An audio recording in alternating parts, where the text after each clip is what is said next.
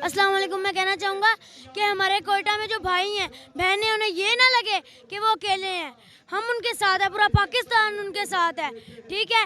और इमरान खान, तू गलती कर रहा है कोयटा ना जाकर, तेरे लिए बहुत बुरा होगा।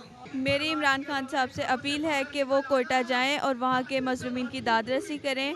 उन्हें वहाँ जाना चाहिए। वहाँ कितनी माँओं के बेटे पड़े हुए हैं, उनके लाशें पड़े हैं, बेटों के लाशें पड़े हैं, और कितनी बहनों के भाइयों के लाशें पड़े हुए हैं। इमरान खान साहब को जाना चाहिए और उनकी मदद करनी चाहिए, क्योंकि उनका अब कोई किसी का कमाने वाला नहीं है। उनकी बहुत ज़्यादा मदद करनी चाहिए। मैं कहती हूँ इमरान खान साहब, आपसे बहुत ज़्यादा अपील है कि आप जाएँ और उनकी मदद करें। अस्सलाम वालेकुम। वालेकुम अस्सलाम। जी बेटा, क्या कहना चाहोगे आप? जी, मैं यही कहना चाहूँगी कि इमरान खान साहब जो हैं, उन्हें कोयटा जाना चाहिए। वहाँ पर जो ज़ुल्म हुआ है उसके लिए वहाँ के जो लवाहिकीन हैं उनको जाके उनकी दादरसी करनी चाहिए।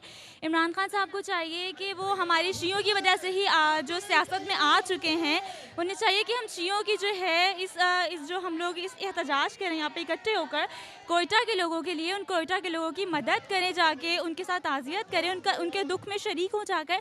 और अगर इमरान खान साहब जो हैं उनकी बात सुने नहीं जा सकते, तो कम से कम वो इमाम ज़ामन जो हमारे कायद, हमारे लीडर जनाब सैयद शहनशाह नकवी साहब ने उन्हें बांधा था, एटलीस्ट वही वापस करने चले जाएं। मेरी इमरान खान साहब से ये दरख्वास्त नहीं बल्कि मुतालबा है कि वो वहाँ जाएं और कोयटा के जो मज़लूमीन हैं उनकी मदद करें।